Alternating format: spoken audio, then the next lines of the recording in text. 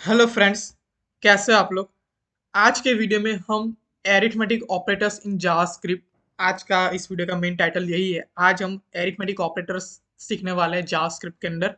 सो JavaScript के अंदर arithmetic operators वो कौन कौन से हैं और किस तरह हम उसका यूज कर सकते हो, वो सब मैं आपको line by line live actually में आपको करके दिखाऊंगा। सो मैंने यहाँ वीएस कोड एडिटर मैंने ओपन कर रखा है और साइड बाय साइड मैंने गूगल क्रोम ब्राउजर को भी ओपन कर रखा है।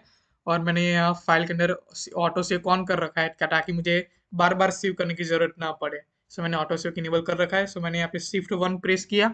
सो वीएस कोड ने मुझे बाय डिफॉल्ट एचटीएमएल कोड दे दिया। अब एरिथमेटिक ऑपरेटर्स इन जावास्क्रिप्ट कौन कौन से ऑपरेटर्स है, तो मैंने यहाँ पे नोट पैड में लिखा हुआ है। पहला ऑपरेटर्स एरिथमेटिक ऑपरेटर्स के अंदर आता है वो addition, next subtraction, multiplication, division, modulus, increment and decrement. Don't worry, मैं सब कुछ one by one line by line मैं आपको विद एग्जांपल में आपको समझाऊंगा।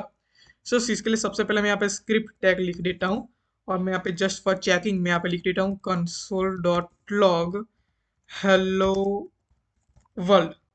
जैसे मैंने लिखा और मैंने यहाँ पे रिफ्रेश किया, देखिए यहाँ पे हेलो वर्ल्ड लिख के आ गया, यानी कि मैं जो कुछ भी लिख रहा हूँ वो सक्सेसफुली काम कर रहा है। अब मैं इसको कंट्रोल फॉरवर्ड स्लैश टिक मैं इसको कमेंट कर देता हूँ। अब मैं यहाँ पे एक वेरिएबल डिक्लेयर करता हूँ। सो वेरिएबल को किस तरह हम डिक्लेयर कर सकते हैं और वो कौन कौन से ऑप्शन है जिससे हेल्प से हम वेरिएबल डिक्लेयर कर सकते हैं और उनमें डिफरेंसेस क्या है, वो मैंने सब कुछ आपको इस प्लेलिस्ट में मैंने बताया हुआ है। अगर आपने इस प्लेलिस्ट के सारे वीडियोस नहीं देखे तो प्लीज़ मेरी आपसे रिक्वेस्ट है कि एक बार इस प्लेलिस्ट की वीडियो देखिए। मैंने यहाँ पे जावास्क्रिप्ट के कुछ बेसिक प्रोजेक्ट भी अपलोड कर रखा है। जावास्क्रिप्ट टाइप जैसे एनिमेशन, जावास्क्रिप्ट की हेल्प से हम एनिमेशन किस तरह कर सकते हैं, किस तरह how to change background colour using basic JavaScript, किस तरह हम जावास्क्रिप्ट की हेल्प से अपने पूरे डेस्कटॉप का बैकग्राउंड कलर भी चेंज कर सकते हैं। Making a simple calculator using JavaScript and difference between var, let and const in JavaScript and data types with example in JavaScript। मैंने यहाँ पे JavaScript की हेल्प से क्या क्या हम किस प्रोजेक्ट बेसिक JavaScript हम किस तरह से बना सकते हैं वो मैंने वीडियो अपलोड कर रखा है। सो आई होप कि आपको ये मालूम होगा और बाय एनी चांस अगर आपने वो वीडियो नहीं देखे तो मेरी आपसे रिक्वेस्ट है कि आप वो वीडियो एक बार जरूर देखें।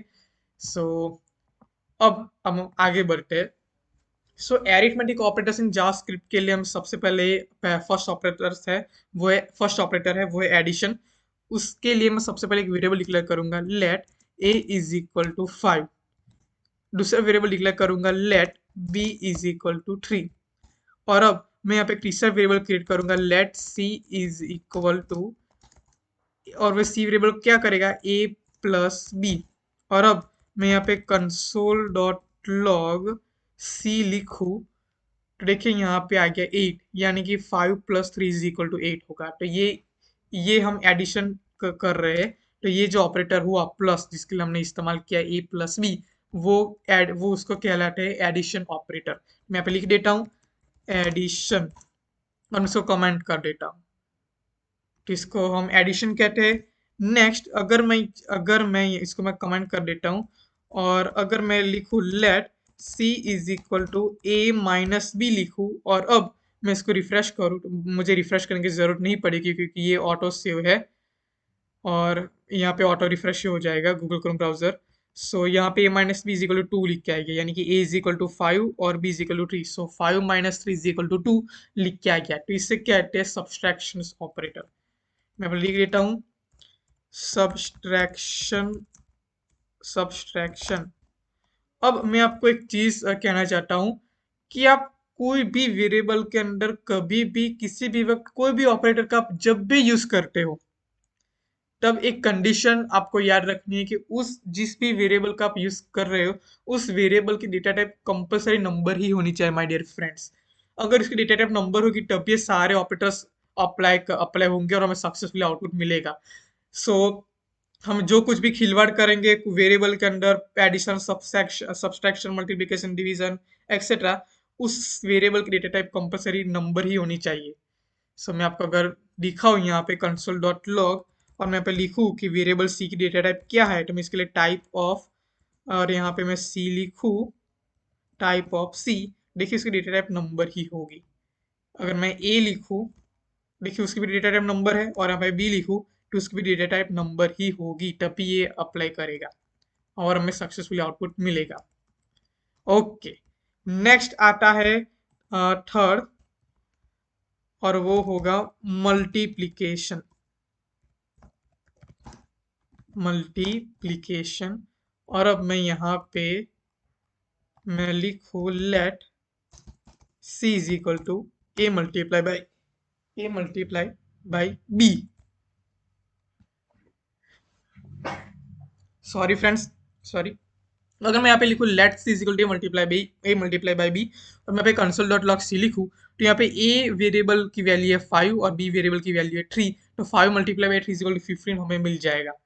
सो ये हो इसी को कहते हैं मल्टीप्लिकेशन ऑपरेटर। अब आगे आगे ऑपरेटर है डिवीजन। तो डिवीजन ऑपरेटर के लिए मैं जस्ट सपोज मैं यहाँ पे लिखता हूँ फोर डिवीजन। मैंने आपको जैसे प्रॉमिस किया है कि मैं आपको सब कुछ one by one, line by line, live example के साथ समझाऊंगा। तो मैं सब कुछ मैं एग्जांपल के साथ मैं आपको समझा रहा हूँ। Let c is equal to a divide by b. ऐसा जैसे मैंने लिखा, देखिए यहाँ पे मुझे मिल गया 1.666 up to 7। So 5 divide by 3 is equal to यही हमें मिलेगा। मान लीजिए अगर मैं यहाँ पे लिखूँ सी लेट इज इक्वल टू 6 कर दूँ, तो 6 डिवाइड बाई 3 मुझे यहाँ पे 2 मिल गया। मान लीजिए कि मैं यहाँ पे लेट इज इक्वल टू 5 करूँ और बी इज इक्वल टू मैं जैसे सपोज 2 करूँ, देखिए यहाँ पे मुझे 2.5 मिलेगा, यानी कि 5 divide by 2 is equal to 2.5। इसी को कहते हैं डिवीजन ऑपरेटर। फिफ्थ नंबर पे है मॉड्यूलस ऑपरेटर। तो मॉड्यूलस ऑपरेटर क्या करता है, मैं आपको सबसे पहले मैं आपको समझाता हूँ डिवीजन और मॉड्यूलस के बीच में डिफरेंस क्या है। मॉड्यूलस यानी कि वो हमें डिवाइड करने के बाद रिमाइंडर में जो कुछ भी मिलता है उसी को कहते हैं मॉड्यूलस। आपको नहीं समझ में आएगा, मैं आपको पेंट में से समझाता हूँ। देखिए, मैंने जस्ट सपोज मैंने यहाँ पे लिखा है 5 डिवाइड बाई 3। तो ओप सॉरी सॉरी, मेरी गलती है। मैंने सॉरी। आप कहेंगे कि ये कैसा 5 बाई 3 इक्वल टू ये कैसा ये इसने कर दिया। Just a minute.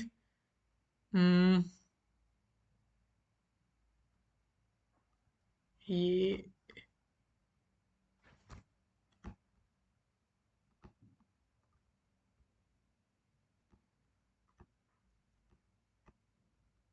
ओके, तो मैं सब कुछ यहाँ पे मिटा रहा हूँ।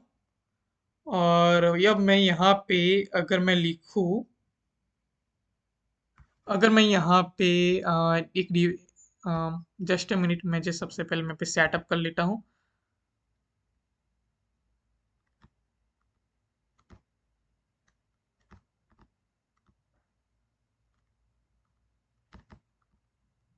ये आ क्यों नहीं रहा है।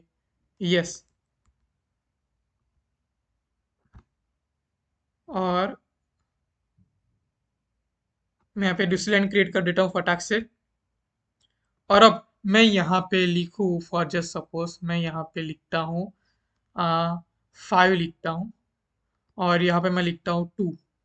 तो मैं 5 डिवाइडेड बाई 2 करूँगा, तो ये यहाँ पे 2 आ जाएगा और यहाँ पे 4 आ जाएगा। ओके, और यहाँ पे लास्ट में बचेगा 1। तो मैंने 5 डिवाइड बाई 2 किया, तो उसका अगर मैं यहाँ पे तो ये जो मिला हमें ऊपर, आ, ये जो मिला हमें ऊपर जो ये, इसको कहते हैं, क्या कहते हैं उसको, कहते हैं डिवीजन। क्या कहते हैं इसको, इसको डिवीजन कहते हैं। ये जो हमें आउटपुट मिला उसको, और जो जो नीचे जो हमें 1 मिला उसको कहते हैं मॉड्यूलस। यस फ्रेंड्स, आपने बिल्कुल सही सुना। जब भी हम किसी भी डिजिट को किसी और डिजिट से हम डिवाइड करते हैं, तो बात तो ऊपर जो मिलता है उसी को कहते हैं डिवीजन, और नीचे लास्ट में जो मिलता है उसी को कहते हैं मॉड्यूलस। तो ये हो गया मॉड्यूलस। ये, हाँ, ये जब हमें 1 मिला उसी को कहते हैं मॉड्यूलस, और ये जो ऊपर जो 2 मिला उसी को कहते हैं डिवीजन। ओके, इसको डिवीजन कहते हैं और इसको मॉड्यूलस कहते हैं। मैं आपको समझाता हूँ। अगर मैं यहाँ पे लिखूँ 5 डिवाइड बाई 2, तो ये तो हमें डिवीजन में हमें 2.5 मिल गया। तो और अब मान लीजिए मैं यहाँ पे लिखता हूँ, मैं यहाँ पे लिखता हूँ मॉड्यूलस, और अब मैं यहाँ पे लिखूँ let c is equal to a modulus b. तो देखिए हमें क्या आंसर मिलेगा, हमें मिलेगा 1। क्यों 1 मिला? क्योंकि जब भी हम 5 को 2 से डिवाइड करते हैं तो लास्ट में जो रिमाइंडर होता है वो हमें 1 मिलता है और इसी को हम मॉड्यूलस कहते हैं।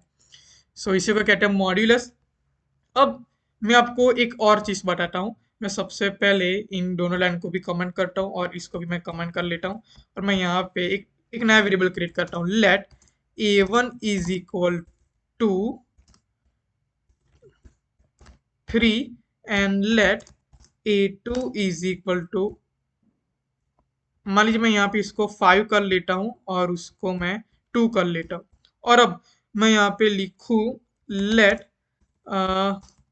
a3 is equal to a1 plus a2। लिखने के बाद अगर मैं कंसोल डॉट लॉग a3 करूँ तो ये तो हमें 7 आउटपुट हमें मिल ही जाएगा। ये तो आपको पता ही, आप कहेंगे कि ये तो हमें पता ही था कि 5 प्लस 2 इज इक्वल टू 7 मिल जाएगा। लेकिन अगर मैं यहाँ पे ये a1 प्लस प्लस ऐसा लिख लूँ तो आउटपुट 7 आने के बजाय आउटपुट आएगा 8। देखिए मैंने यहाँ पे a1 प्लस a2 ही किया और a1 की वैल्यू है 5, a2 की वैल्यू है 2, तो a1 plus a2 is equal to 5 plus 2 is equal to 7। लेकिन हमें आउटपुट मिला 8 से, हमें 7 मिलना चाहिए था लेकिन हमें आउटपुट मिला 8। क्यों? क्योंकि मैंने यहाँ पे किया a1 प्लस प्लस, यानी कि मैंने अपने जावास्क्रिप्ट यानी कि मैंने जावास्क्रिप्ट की हेल्प से मैंने कहा कि a1 की जो भी वैल्यू है उसमें प्लस प्लस यानी कि +1 ऐड कर दो। a1 की वैल्यू थी 5, तो 5 अब यहाँ पे 5, अब a1 की वैल्यू हो जाएगी यहाँ पे 6 और यहाँ पे a1 जब भी आएगा तो इसकी वैल्यू 6 हो जाएगी और a2 की वैल्यू तो 2 ही है, तो 6 प्लस 2 इज इक्वल टू 8 हमें यहाँ पे आंसर मिलेगा। एज वेल एज अगर मैं a1 प्लस प्लस की न लिखने की वजह a1 माइनस माइनस लिख दूँ तो मुझे आउटपुट मिलेगा 6। यानी कि अगर मैं a1 प्लस a2 यानी कि 5 प्लस 2 7 आना चाहिए था, लेकिन 7 न आने के बजाय मुझे आउटपुट आया 6। क्यों? क्योंकि मैंने यहाँ पे a1 की वैल्यू में से 1 कम कर दिया, यानी कि a1 की वैल्यू थी 5, a1 माइनस माइनस यानी कि 5 माइनस 1 करेगा। जब भी मैं माइनस माइनस की बात करूँ तो वो 1 लेस करेगा और जब भी मैं प्लस प्लस की बात करूँ तो वो प्लस ऐड करेगा। तो जावास्क्रिप्ट के अंदर ये एक ऑपरेटर है और उस ऑपरेटर को कहते हैं इंक्रीमेंट ऑपरेटर। इसी को कहते हैं इंक्रीमेंट ऑपरेटर, किसको? ए प्लस प्लस को। और इसी को कहते हैं डिक्रीमेंट ऑपरेट ऑपरेटर। किसको कहते हैं? a1 माइनस माइनस को। सो आई होप कि आपके ये ऑपरेटर्स आपको समझ में आए होंगे। तो अब मैं यहाँ पे a1 is equal to 5, a2 is equal to 2 और a3 is equal to a1 plus a2 और कंसोलिडेट लॉग a3, तो यहाँ पे मुझे 7 मिलना ही था। टीसी को कहते हैं ऑपरेटर्स। मैंने आपको इस वीडियो में सारे ऑपरेटर्स की बात, मैंने आपको सारी कहानी विथ लाइव एग्जांपल मैंने आपको करके बताई। Addition, subtraction, multiplication, division, modulus और डिवीजन के मॉड्यूल्स में क्या डिफरेंस है वो सब मैंने आपको पेंट में समझाया और मैंने आपको फिर से समझाया इंक्रीमेंट और डिक्रीमेंट। अब ऐसा नहीं है माय डियर फ्रेंड्स कि आप इसमें कंसोल डॉट लॉग के अंदर आप ऐसा नया वेरिएबल क्रिएट करके आप इस वेरिएबल को कंसोल डॉट लॉग करवाए। नो, आप इसके अंदर इंटीजर भी लिख सकते हो। For just suppose console dot log 100 plus 456 लिखेंगे तो आप यहाँ पे कंसोल डॉट 556 आ जाएगा। तो आपको 100 प्लस 456 इसके लिए आपको एक नया वेरिएबल क्रिएट करने की जरूरत नहीं है जैसे मैंने यहाँ पे किया। आप ऐसा भी कर सकते हैं। अगर आप यहाँ पे लिखेंगे a1 प्लस a2, अगर आप यहाँ पे a3 लिखेंगे तो वही आउटपुट आएगा a1 प्लस a2। लेकिन अगर आप मान लीजिए यहाँ पे अपने आप ही 5 प्लस 2 लिखेंगे तो वही सिंपली आउटपुट आएगा 7 जो पहले आ रहा था जब आप a3 लिख रहे थे। से ऐसा कंपलसरी नहीं है कि आपको कंसोल डॉट लॉग के अंदर वेरिएबल का नाम ही लिखा है। नो फ्रेंड्स, आप कंसोल डॉट लॉग के अंदर कुछ भी लिख सकते हैं, वेरिएबल का नाम भी लिख सकते हैं और वैल्यू भी लिख सकते हैं। सो आई होप कि आपके समझ में आएगा इस असाइनमेंट ऑपरेटर्स के बारे में। Addition, then subtraction, then multiplication, then division और मॉड्यूलस, देन इंक्रीमेंट और डिक्रीमेंट। मैंने आपको सब कुछ इस वीडियो में मैंने आपको समझाया। सो आई होप कि आपको ये समझ में आया होगा। सो को अगर कोई भी डाउट है तो प्लीज इसे कमेंट सेक्शन में पोस्ट कीजिए। और मैंने यहाँ पे इस यूट्यूब चैनल पे मैंने ऑलरेडी जावास्क्रिप्ट के प्रोजेक्ट्स अपलोड कर रखे हैं, एज वेल एज अगर आपको वेबसाइट में इंटरेस्ट है तो मैंने यहाँ पे वेबसाइट का भी मैंने वीडियोस अपलोड कर रखे हैं। creating a website using local storage, then make a website from beginning to end, upload their website. मैंने इस वेबसाइट को पूरे गिटहब सर्वर पे अपलोड किया है। देन ये भी वीडियो मैंने अपलोड कर रखा है कि enable how to enable dark mode using basic JavaScript. कुछ वेबसाइट में अगर आप डार्क मोड भी यूज करते हैं ना, तो वो हम कैसे इम्प्लीमेंट करते हैं, वो कौन सा कोड है, वो कौन सा लॉजिक है, वो सब कुछ मैंने इस वीडियो में समझाया हुआ है। देन क्रिएट और ओन कॉन्टेक्स्ट वालों भी मैंने आपको समझाया कि अगर मैं इस यूट्यूब पे अगर मैं राइट क्लिक करूँ तो ये आता है back forward reload save S. लेकिन अब हम चाहते हैं कि किस तरह यूज़र हमारी वेबसाइट में आके अगर राइट क्लिक करता है, तो हम नहीं चाहते कि इसको यूज़र को ये दिखे, लेकिन हम अपना खुद का राइट क्लिक मेनू क्रिएट करना चाहते हो। किस तरह हम कर सकते हैं वो मैंने आपको इस वीडियो में समझाया है। फिर आप किस तरह अपनी खुद की ब्राइटनेस सिस्टम बना सकते हैं वेबसाइट के अंदर, वो सब कुछ मैंने इस वीडियो के में समझाया है। तो अगर आपने वीडियो नहीं देखे तो मेरी आपसे रिक्वेस्ट है कि प्लीज़ एक बार इस वीडियो को जरूर देखिए, आपको बहुत ही मज़ा आएगा। एंड आई होप कि आपको इस वीडियो में आपको असाइनमेंट ऑपरेटर्स के बारे में, सॉरी एरिथमेटिक ऑपरेटर्स के बारे में आपको पता चला होगा। असाइनमेंट ऑपरेटर्स अलग है और एरिथमेटिक ऑपरेटर्स अलग है। इस वीडियो में हमने बात की है एरिथमेटिक ऑपरेटर्स, जैसे मैंने आपको पहले बताया, जैसे यहाँ पे इस वीडियो का टाइटल ही है। सो आई होप कि आपको वीडियो पसंद आया होगा, और अगर कोई भी डाउट है तो प्लीज नीचे कमेंट सेक्शन में पोस्ट कीजिए, मैं इसका रिप्लाई जरूर दूंगा। So thank you friends for watching this video, and I will see you next time. Bye bye friends.